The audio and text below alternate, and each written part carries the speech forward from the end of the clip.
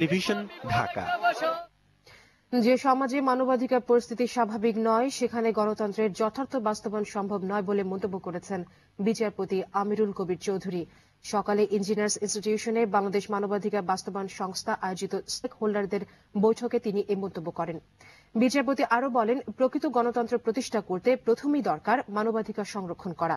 বক্তারা বলেন, দেশে যতই আইন থাকুক না কেন তার সঠিক প্রয়োগ না হলে তা অর্থহীনই থেকে যাবে। তাই মানবাধিকার প্রতিষ্ঠা সবাইকে নিজ নিজ অবস্থানে থেকে ঐক্যবদ্ধভাবে কাজ করার আহ্বান জানান বক্তারা। লঙ্ঘনকে করতে হবে প্রতিহত, তবেই এদেশের মানুষ